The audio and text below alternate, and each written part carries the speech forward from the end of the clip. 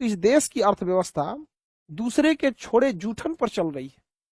इस चीज का तकलीफ अफसोस के साथ कहना पड़ता है कि अनुच्छेद 369 में बैठे जीएसटी परिषद में किसी को नहीं है। हम लोग के सर हमको 50 रुपया में मैथ पढ़ाए, 50 रुपये में मतलब साइंस पढ़ा दिए। ऐसे टीचर लोग को हम नमन करते हैं हाथ जोड़ के, उनकी बदौलत हम यहाँ पर हैं।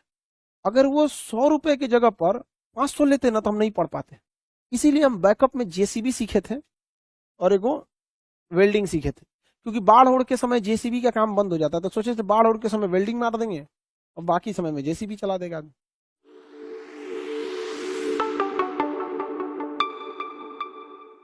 अब जरा आप बताइए, एजुकेशन पर क्या 18% जीएसटी होना चाहिए? अगर जीएसटी 18% से घटकर 12% या 5% हो जाएगा ना, तो गांव गांव तक का एजुकेशन सस्ता हो जाएगा। लेकिन दिल्ली से बैठे लोगों को ये बड़ी बड़ी अट्टालिकाओं और इमारतों के बीच गांव के किसी खटिया पे बैठे इंसान की गरीबी नहीं दिखती है। ये बड़े बड़े महल या अट्टालिकाएं, जो ऊंची ऊंची इमारतें हैं, ये गांव की गरीबी को छुपा देती हैं। इसलिए यहां बैठे लोगों को नहीं समझ में आता है। ये जीएसटी परिषद में कोई गरीब इंसान नहीं है। वित्त मंत्री के पास पूरा पैसा है, राज्य मंत्री के पास, राज्य वित्त मंत्री के पास पूरा, आरबीआई सारा अपना हिसाब किताब लाते हैं, राज्यों के वित्त मंत्री के पास अपने गाड़ी बंगला सब चीज रहता है। इन लोगों को नहीं पता है कि एक भैंस पाले इंसान को इस बात का भी टेंशन रहता है कि सुबेरे चोकर जो खिलाए हैं शाम के लिए चोकर नहीं है, तो अगल बगल में से जूठा बटोर ले आता है। किसी के देखते हैं मोहल्ले में लोग, एक आदमी गाय पाला है तो दूसरा आदमी को जूठा उठा दे देता उस भरोसे। तो इस देश की अर्थव्यवस्था दूसरे के छोड़े जूठन पर चल रही है। इस चीज का तकलीफ अफसोस के साथ कहना पड़ता है कि अनुच्छेद 369 में बैठे जीएसटी परिषद में किसी को नहीं है।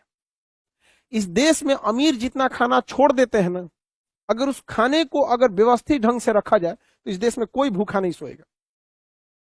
अजीब है, किसी का शौक पूरा हो रहा है, किसी का कुछ। बर्थडे में लोग अपना केकवा काट के ना ऐसे हवा में उड़िया देते हैं। गरीब के लिए वो केक उसके लिए पहली बार शायद जीवन में खाता है। इतने टाइप के होते हैं। तो क्या कहिएगा भैया, आप बताओ, एजुकेशन में अगर सुधार करना है तो जीएसटी परिषद में जो वित्त मंत्री होती हैं, ये जीएसटी परिषद की अध्यक्ष होती हैं। जीएसटी परिषद की क्या होती हैं? अध्यक्ष होती हैं। अब आप बताओ, इस जीएसटी परिषद में किसका बोलबाला है? जरा सोचो, इस जीएसटी परिषद में हर स्टेट का अपना बोलबाला है। 28 स्टेट मिलकर अगर ये कह दें कि एजुकेशन पर जो जीएसटी है 18% से घटाकर आप 5% कीजिए, तो क्या ये पारित नहीं हो जाएगा? 33 में से 28 लोग अगर बोल देते हैं, सोचिए 33 में से 28 लोग बोल देते हैं, तो क्या उस दिन जीएसटी नहीं हो जाएगा? हम ये नहीं करें कि आप पढ़ाई वालों से टैक्स मत लीजिए। जिस दिन एजुकेशन हो जाएगा, गरीब का बच्चा भी पढ़ने लगेगा, गरीब के बच्चे को भी हक है। एक रिक्शा ठेला वाले का लड़का, अगर आप उसको अच्छी पढ़ाई दीजिएगा, वो भी पढ़ लेगा। कोई नहीं रहता है इसमें, पढ़ाई में कोई मतलब पढ़ाई होनी चाहिए यार, अच्छी होनी चाहिए। हम लोग जिस स्कूल में पढ़े थे, मुड़ी फूट गया था, देखो यहाँ पे ऐसे मुड़ी फूट गया, ऊपर से कुछ कुछ चू के गिरते रहता था। सरकारी स्कूल में 11th में पढ़ रहे थे हम, फोड़ दिया मुड़िए हमारा। 30 या 40 रुपए फीस थी। अब सोचिए, हम जिस 11th हम जिस स्कूल से पढ़े, उस स्कूल की फीस 30 रुपए थी, और अभी जिस साल हम गए थे उस साल 10 रुपए से बढ़ के 30 रुपए हुई थी। और अगर 500 रुपए रहती ना, आपको हम बता रहे हम नहीं पढ़ पाते। 500 रुपए अगर रहती तो हम नहीं पढ़ पाते। आज हम कहीं कुछ काम कर रहे हैं, हम वेल्डिंग वैसे भी जानते हैं, तो आज वेल्डिंग कर रहे होते या फिर जेसीबी चला रहे होते।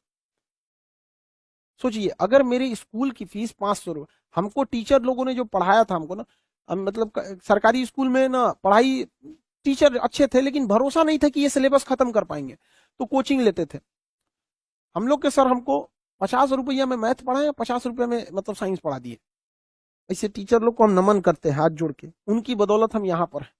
अगर वो 100 रुपए की जगह पर 500 लेते ना तो हम नहीं पढ़ पाते।